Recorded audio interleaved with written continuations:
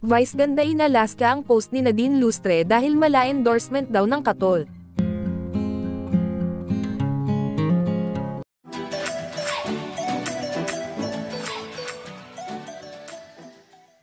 Kinaaliwan ng mga netizen ang isang bagong post ni Nadine Lustre sa social media dahil mala endorsement ng Katol daw ang vibes nito.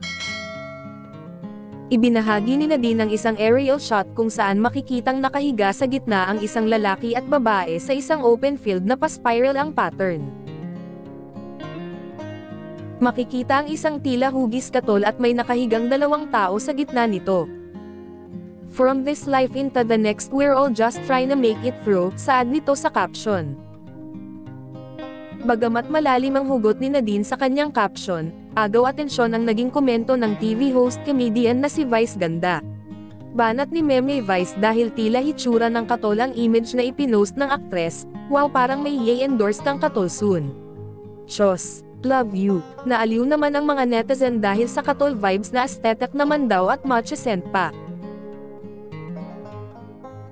May iilan ding nagsabi na mala prenup vibes na raw ang ibinahagi ng award-winning actress. Kung matatandaan, noong January 2022 nang unang isinapubliko ni Nadine ang relasyon nila ni Christoph.